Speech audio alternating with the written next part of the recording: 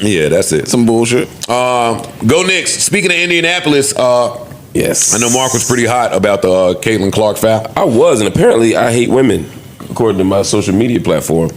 Black women in particular. Have they ever heard you? Nigga, there is nothing more irrational than people embroiled in the Caitlin Clark Angel Reese feud, debate, whatever. It is really the heart of the race wars of the last year and a half. Dead ass. Like it's ridiculous. So the people that don't know, it was opening night, opening game, marquee game, WNBA, and of course their teams are playing. Chicago's playing Indiana, and Caitlin took a foul on Angel Reese. Earlier in the play, Angel had shoved one of Caitlin's teammates. I think that's important to add too. Caitlin fouls her, but she doesn't just foul her; she does push her. Now I think Angel put a little extra sauce on. Yeah, I thought she put sauce on. She hit the dice. Okay. What you supposed to do? That's not a knock on Angel Reese. You supposed to. I mean, you embellish it to make sure you get the foul, especially when you're big, getting pushed by a little person. And they did that. Angel jumped up like she wanted smoke, and she was like, "What the fuck is wrong with you? You know, effing crazy. You fucking crazy." Is what she said. Yes. Exactly. And so they had this whole exchange, and all I said was that Angel Reese overreacted. To me, she overreacted to the foul, given the context. Okay. And I got so many texts and messages about how I don't stand up for black women, that, this is an example of why black women can't be protected. But did you stand up for black women in this instance? I think that's a different question, but I would say... Well, whose side were you on? Caitlin Clark I was on Caitlin's side. I didn't say I was on Caitlin's side. I just thought Angel Reese overreacted. I thought Caitlin took a bad foul. I thought. So you think the black girl overreacted? Absolutely. Okay. Absolutely. You hear that out there? We got him. Run your game. Hear that, Angela Ryan? But to me, it's just basketball. Right? To me, that's the point. Is that I was trying to see if I could find some of the tweets, but it was I screenshotted it. But it was a to me, it was just a basketball play. Yeah. Mm-hmm. But it turns into this whole race war thing where it's like if you choose one person or the other, then it means that you don't stand up for black people, or you're a coon, your Uncle Tom. Yeah, it's these extreme positions.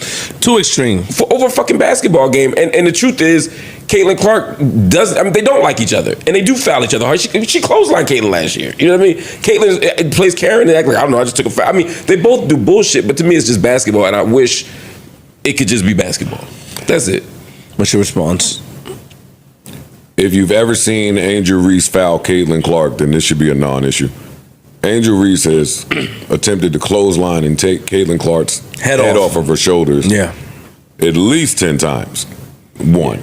2, I mean, Angel Reese is a little what? What'd you say? I might be back in the game. Come on, say it. I might be back in the game here. I need your thoughts, nigga. Hello, what, homie? What you trying to say? She overreacts. She overreacts to things at times. Like Mark said, the foul where she just knocked Caitlin's teammate on the floor, and Caitlin pointed and said, "Hey, ref, we're not looking at that." At that point, she goes to push her. She's defending her teammate. It's a basketball play. I'm always on the side of the black girl, and I don't think that it needs to be a race war. Just not when it comes to Caitlin.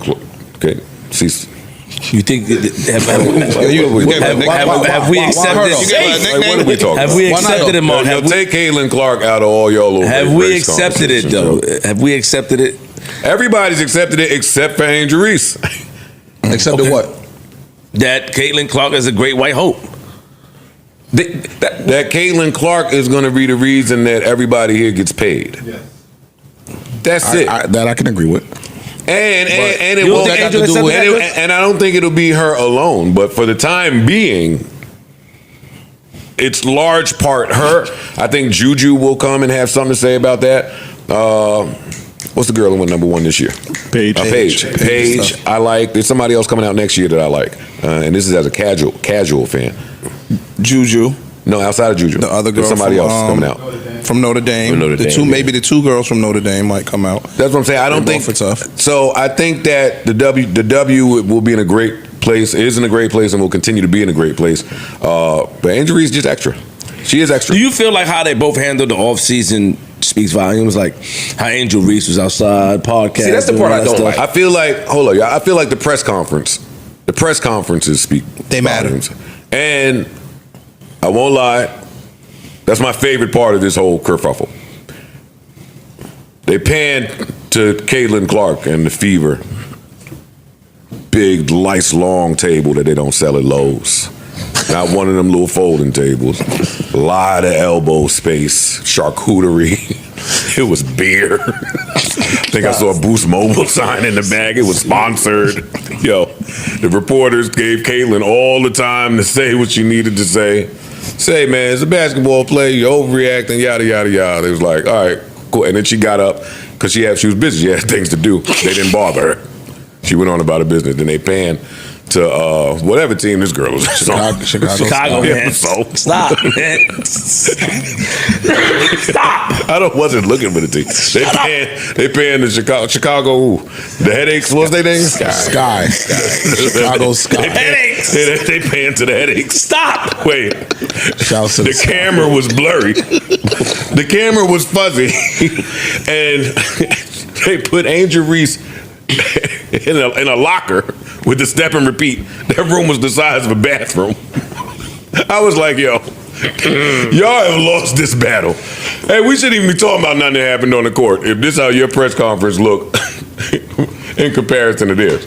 It looked like it was more. Like $17 went into that press conference. Y'all the ones that should be wiping Caitlin Clark blood off and making sure she's okay. She had 20, 10, and 10. You motherfuckers that don't even have a room to hold a press conference in. Y'all the ones that should be y'all should be fucking maybe tutoring Caitlin Clark's cousins on how to play, the younger cousins. Y'all should be doing something extra.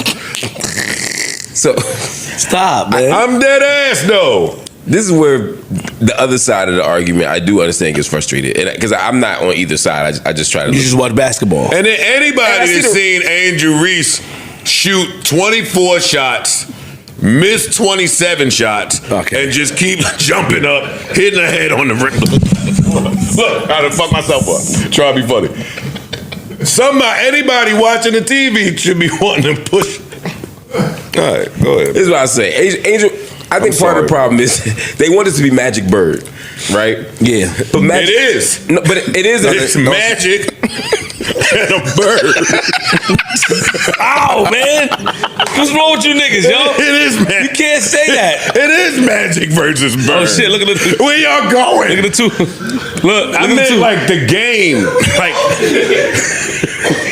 Mark, this was your segment. You was eating a donut. This shit is Curry versus Bird, Jordan versus Bird. come on. Yo, can y'all come work, please, man? Because this is Mark's segment. I ain't even supposed to be talking right now. Shout out to the Chicago Wind. What's their name? Sky. The rivalry between Angel Reese and Caitlin Clark has become one of the most talked about storylines in women's college basketball, capturing national attention and elevating the sport to new heights.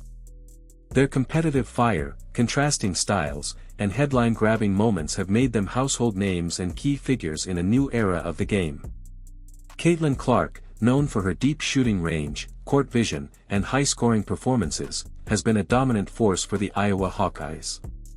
Her ability to take over games with jaw-dropping shots and elite playmaking has drawn comparisons to NBA-level talent. On the other hand, Angel Reese, a powerful forward for LSU, is known for her relentless rebounding, defensive presence, and passionate energy on the court. Dubbed the Bayou Barbie, Reese brings a confident, unapologetic swagger that fuels her performance and motivates her teammates. Their rivalry came to a head during the 2023 NCAA Women's Championship, when LSU defeated Iowa to claim the national title. During the closing moments of that game, Reese made headlines by mimicking Clark's signature, "You can't see me" gesture, a move Clark had previously used herself in earlier rounds of the tournament. The gesture sparked heated debates across sports media and social media, with some criticizing Reese while others defended her, pointing out that competitive trash talk has long been a part of basketball culture.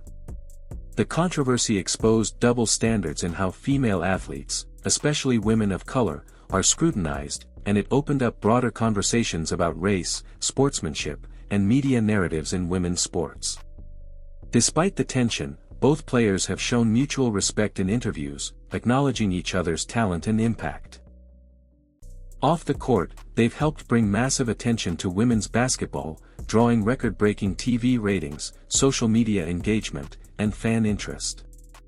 They represent different personalities and playing styles, but together, they symbolize a generational shift where female athletes are celebrated not just for their skill, but for their individuality, confidence, and voice. Now as both Clark and Reese transition to the WNBA, their rivalry continues to follow them into the professional ranks.